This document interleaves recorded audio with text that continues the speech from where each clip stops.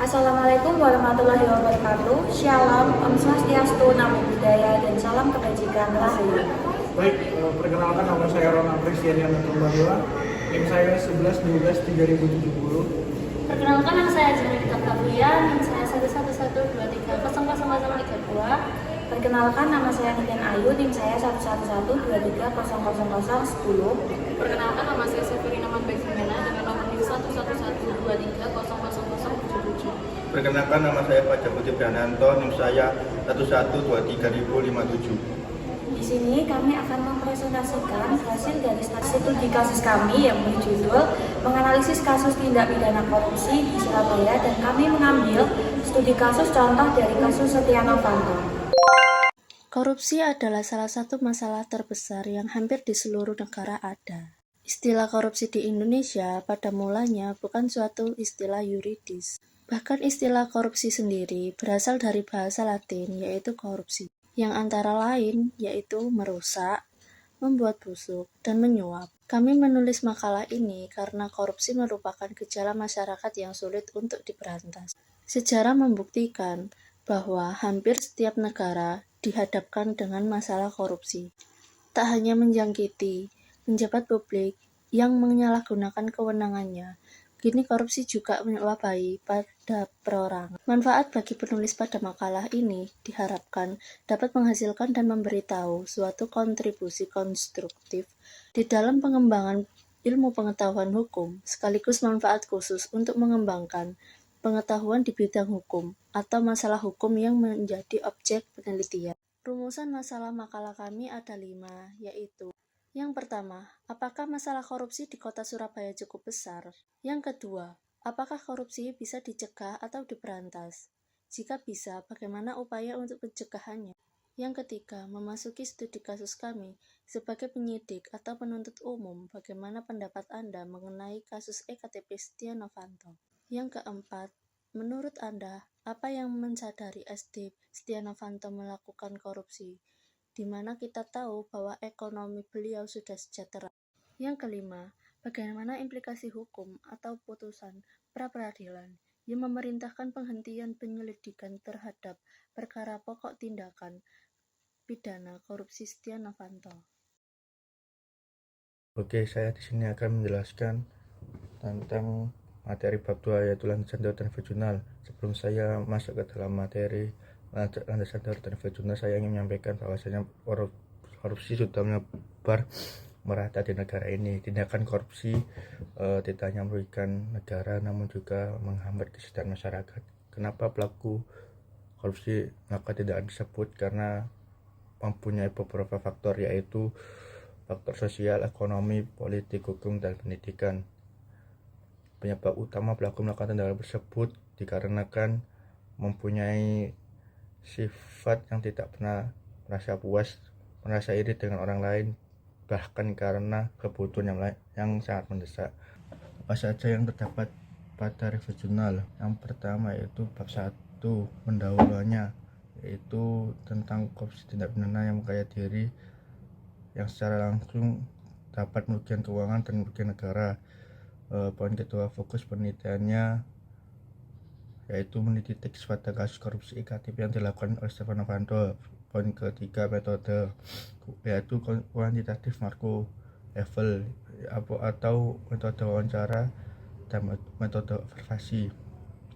Yang keempat, findings makna korupsi simbol, kepuasan batin, konflik, perbuatan buruk. Poin kelima, kelebihan dan kelemahan, yaitu hasil jawaban mengenai kasus korupsi di Indonesia diberikan langsung oleh pihak Kejaksaan Negeri Surabaya. Kelemahan, pihak kejaksaan tidak dapat menjawab detail mengenai kasus Setia Novanto. Yang bab kedua, poin pertama pendahuluan, yaitu tindak pidana korupsi didefinisikan sebagai tindakan orang dengan sengaja dan dengan sadar melawan hukum. Fokus penelitian, fokus pada hasil penelitian.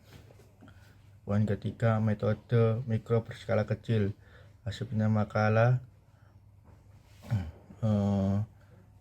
Poin keempat, findings, yaitu simbol, yaitu KPK hukum tentang kasusnya Setia Novanto.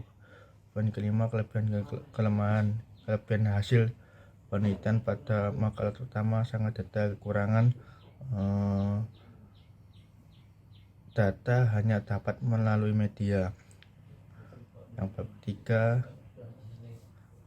yang poin pertama pendahuluan, yaitu korupsi adalah salah satu masalah terbesar hampir di seluruh negara. Untuk mengetahui keberpihakan surat kabar harian Kompas dalam pemberiannya. Poin ketiga, metode penelitian pada bab 3, yaitu kualitatif hasil dari media. Poin keempat, findings, makna korupsi, penyelewengan uang negara perusahaan pada bab 3, kelebihan dan kelemahan. Kelebihan, Kejaksaan Negeri Surabaya memberikan pengetahuan semua kasus Setia Novanto dijelaskan dengan lengkap. Pendahuluan, kasus korupsi harus ditangani betul-betul pihak pemerintah karena uang negara sudah dirugikan oleh pejabat yang seragam demi mementingkan kekayaan. Kami memiliki 2 lokasi. Yang pertama ada di Kejaksaan Negeri Surabaya yang berada di Jalan Raya Sukomanunggal Jaya nomor 1, Sukomanunggal, Kecamatan Sukomanunggal, Surabaya, Jawa Timur. Dan yang kedua di Lembaga Bantuan Hukum yang beralamat Jalan Tegudi, Surabaya. Adalah suatu pendekatan penelitian yang melibatkan interaksi langsung antara peneliti dan responden untuk mengumpulkan data. Wawancara merupakan cara untuk mendapatkan pemahaman mendalam tentang pandangan, pengalaman, atau pandangan subjek penelitian. Kumpulkan semua data terkait kasus Setia Novanto seperti putusan pengadilan, lapor investigasi, transkrip percakapan, dan perihal yang tersedia secara publik. Akan kami kembangkan melalui wawancara supaya kami sebagai penulis dapat memahami komunikasi yang digunakan untuk mendapatkan informasi, pemahaman, atau pandangan dari individu. Observasi, merencanakan pengamatan langsung, persiapkan panduan observasi yang mencakup apa saja yang harus dicatat, termasuk perilaku, pernyataan, atau situasi yang relevan, dan pendekatan penelitian yang dilakukan dengan mengamati dan mencatat fenomena, perilaku, atau kejadian secara langsung di lapangan. Analisis media, berbagai laporan media yang meliput kasus Setia Novanto mengidentifikasi pola peliputan media, narasi yang digunakan, dan bagaimana media membentuk opini publik berita Setia Novanto pada kasus korupsi EKTP yang ada di kompas.com. Penulis menyusun dan memilih berita untuk dianalisis dengan melihat kronologi kasus Setia Novanto tersebut, dimulai dari dugaan korupsi yang diberitakan pada bulan Maret 2017 sampai sidang tuntutan hukuman Setia Novanto pada bulan April 2018. Berita kasus Setia Novanto yang diambil dan dianalisis pada penelitian ini adalah seluruh berita mengenai kasus Setia Novanto dalam kasus korupsi EKTP yang disajikan. Teknik penulisan laporan. Pertama, pengumpulan data. Hal yang perlu diamati adalah mengumpulkan data dari penelitian berdasarkan teknik yang dilakukan dan rumusan masalah yang tertera dalam fokus penelitian data. Yang kami kumpulkan mengenai kasus Setia Novanto dan data korupsi di Surabaya akan kami bahas dalam bab 4 melalui wawancara dan 2 instansi yang berbeda. Yang kedua, verifikasi data. Tahap selanjutnya menganalisis data secara berkala dan memberikan hasil yang valid sesuai penelitian. Hasil wawancara yang sudah kami ambil akan kami verifikasi satu persatu dan akan kami ringkas sesuai uji validasi data. Dan yang ketiga, edisi data. Setelah kami melakukan pengumpulan data tahap selanjutnya, lalu meneliti dan meringkas serta menulis data yang penting dalam hasil penelitian berupa wawancara dan observasi di bab 4. Selanjutnya, saya akan menjelaskan di bagian bab 4, yaitu laporan hasil penelitian, field study, dan pembahasan. Di bagian pertama ada laporan penelitian atau report. Bagian A, pembuatan proposal atau survei lokasi dan pendekatan. Proses pembuatan proposal kami membutuhkan waktu 5 hari dan selesai pada tanggal 9 November 2023.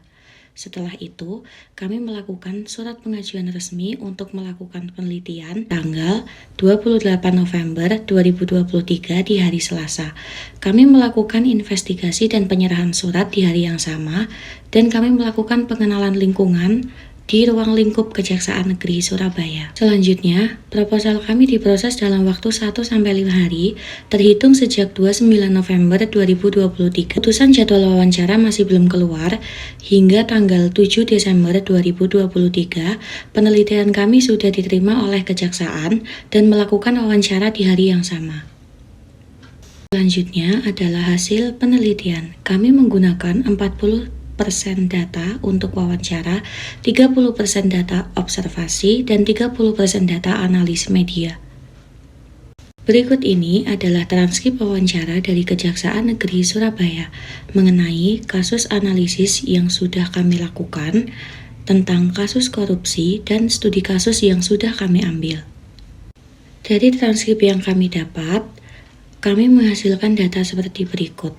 Korupsi di Surabaya sampai dengan Desember 2023, kasus korupsi hingga 23 perkara, dan kasus yang sudah melakukan sidang ada 10 perkara, dan sejauh ini masih diproses pada sidang di 13 perkara. Untuk pertanyaan yang kedua, mengenai upaya pencegahannya, yaitu kejahatan korupsi ini susah dicegah, dan kami pun masih berupaya untuk mencegahnya, karena perilaku korupsi sekecil apapun itu adalah dari akhlak pribadi masing-masing. Salah satu upaya yang dilakukan yaitu seperti penyuluhan hukum, penerangan tentang perihal mengenai hukum pidana korupsi. Studi kasus yang sudah kami teliti yaitu kasus EKTP Setia Novanto. Sebagai penyidik dan penuntut umum, Bapak Fahmi selaku jaksa yang kami wawancarai tidak terlalu mengomentari kasus tersebut karena beliau dan bagian dari Kejaksaan Negeri Surabaya tidak menangani kasus tersebut. Hanya saja beliau memberikan salah satu pendapat bahwa kasus yang kami angkat ini sangat besar dan membutuhkan waktu lama hingga berlembar-lembar perkara untuk menyelesaikannya. Apa yang mendasari saudari Setia Novanto melakukan tindak kejahatan korupsi di mana kita tahu bahwa beliau hidupnya sudah sejahtera? Menurut jaksa, kejahatan korupsi tidak memandang orang berada atau tidak. Bahkan, masyarakat yang kurang mampu pun juga bisa melakukan tindak kejahatan tersebut. Jadi, lebih kembali ke pribadi dan akhlak masing-masing. Pertanyaan kelima, mengenai tindak kasus seperti kasus Setia Novanto ini adalah kasus yang cukup besar. Kami juga meneliti apakah sejauh mana tindak pidana korupsi itu bisa dilakukan hukuman mati. Menurut jaksa, hukuman mati itu tidak bisa dilaksanakan jika kasusnya bukan korupsi tentang penyuluhan bantuan bencana alam, dan bahkan hal tersebut sebenarnya adalah normatif. Selanjutnya, dari analisa wawancara yang sudah kami lakukan, apakah KPK harus diperkuat? Menurut jaksa, lembaga KPK sendiri sudah cukup kuat. Apalagi dengan isu terhadap pembaruan Undang-Undang Dasar itu sangat memperkuat KPK. Dan sekarang untuk timbulnya isu baru sedikit pro kontra adalah jika koruptor meninggal, kasusnya akan diberhentikan. Selanjutnya, temuan atau field study. Korupsi di Surabaya sampai dengan Desember 2023 hingga 23 perkara, dan kasus yang sudah melakukan sidang ada 10 perkara, dan sejauh ini masih diproses pada sidang ada 13 perkara. Field study mengenai kasus yang sudah kami ambil yaitu tentang bagaimana penyidik atau penuntut umum, jaksa sendiri yang kami wawancarai tidak terlalu mengomentari tentang kasus Setia Novanto. Yang kedua, kami mendapati temuan tentang hukuman mati itu jika tidak bisa dilaksanakan jika kasusnya bukan tentang penyuluhan bantuan bencana alam. Jadi, jika bukan karena korupsi tentang dana penyuluhan bantuan bencana alam, hal itu tidak perlu dilakukan. Yang ketiga, lembaga KPK sendiri sudah cukup kuat dengan isu Undang-Undang Dasarnya yang akan diperbarui atau melakukan pembaruan. Selanjutnya, mengenai hasil observasi. Observasi yang kami lakukan meliputi perihal studi kasus yang kami ambil tentang kasus Setia Novanto sebagai contoh kasusnya. Dan kami juga meminta beberapa pendapat dari jaksa yang terkait untuk mengomentari kasus tersebut. Selain itu, kami juga menanyakan tentang seputar kasus korupsi dan bagaimana upaya pencegahannya. Ruang lingkup kejaksaan sangat luas, kami melakukan pendekatan melalui resepsionis yang bernama Ibu Dina untuk menemui jaksa dan wawancara, yaitu Bapak Fahmi. Kami sempat berbincang dengan Bapak Fahmi selaku jaksa dan melakukan observasi mengenai kasus tersebut.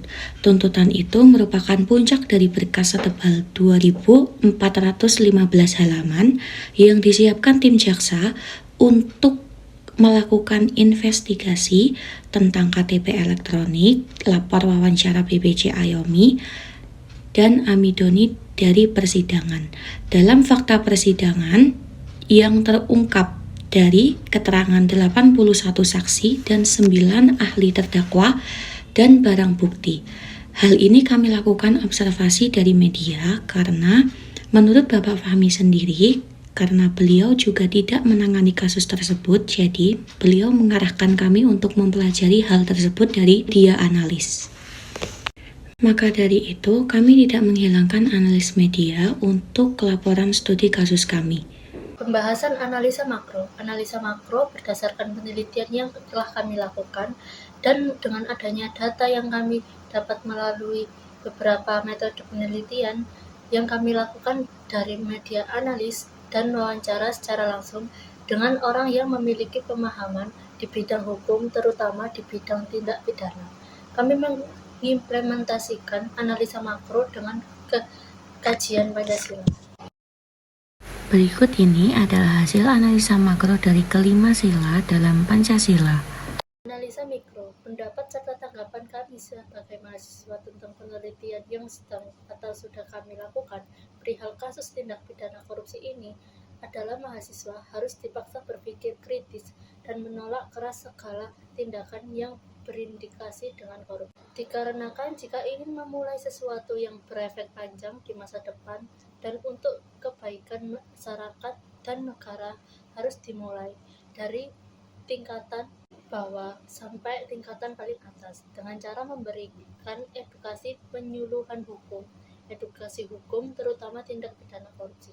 Dengan adanya edukasi ini dapat diimplementasikan di kehidupan sehari-hari.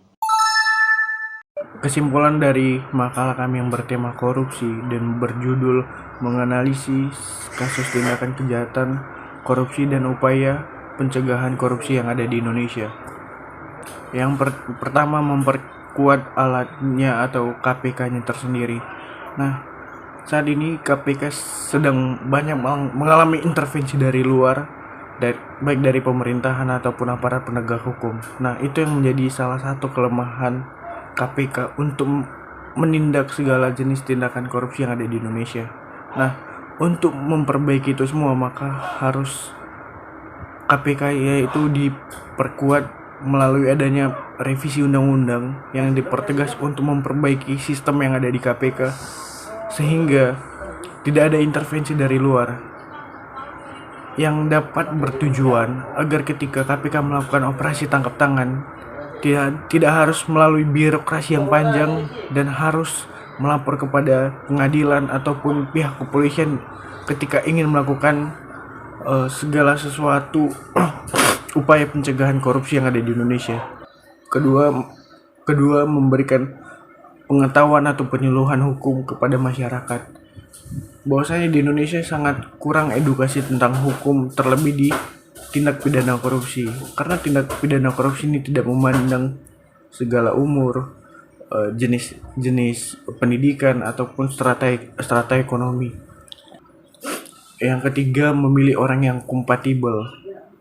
Kenapa harus demikian? Ketika alat ini sudah bagus tapi tidak dipimpin oleh orang-orang yang tidak mempunyai kualitas, maka hasilnya sama saja dengan nol. Nah, ketika alat dan orang menjalankan suatu organisasi ataupun suatu lembaga, maka itu akan berjalan secara relevan dan akan satu tujuan yang sama untuk memberantas tindak pencegahan korupsi yang ada di Indonesia. Saran dari kelompok kami yaitu Pertama, tindakan korupsi ini merupakan salah satu masalah yang kompleks serta membutuhkan penanganan yang khusus dan upaya pencegahan yang harus direncanakan agar tepat sasaran. Nah, dari penelitian yang kami lakukan, banyak orang ataupun lembaga yang setuju dengan penelitian kami, di mana mereka lebih setuju dengan cara atau upaya pencegahannya itu tersendiri. Nah, korupsi ini juga memberikan dampak yang sangat besar bagi negara ataupun orang-orang yang merasa dirugikan. Contoh yang bisa kita ambil adalah terhambatnya pembangunan atau infrastruktur yang dimana dana yang seharusnya dialokasikan untuk membangun suatu fasilitas dan di dalamnya terjadi tindakan korupsi, maka itu akan menjadi salah satu faktor penghambat dalam pembangunan fasilitas tersebut. Kemudian tindak korupsi ini juga menghambat perekonomian di negara serta banyak merugikan aset-aset di negara dikarenakan adanya tindakan korupsi. Yang ketiga, berkurangnya rasa kepercayaan masyarakat terhadap lembaga legislatif untuk melakukan peran mereka menjadi perwakilan rakyat. Yang terlebih, mereka dipilih oleh rakyat, namun di balik itu semua mereka melakukan tindak kejahatan korupsi yang dimana itu jelas-jelas sangat merugikan masyarakat itu sendiri. Yang kelima adalah memberikan kepekaan sejak dini dan memberikan edukasi yang penting perihal tindakan korupsi ini, sehingga generasi-generasi yang akan datang di waktu yang akan datang dapat memahami konsep ataupun cara berpikir untuk menolak segala jenis tindak pidana korupsi ini. Baik itu dari cara untuk mengetahui korupsi ini seperti apa, cara tindakannya seperti apa, dan cara menolak segala bentuk jenis korupsi yang ditawarkan di masa yang akan datang.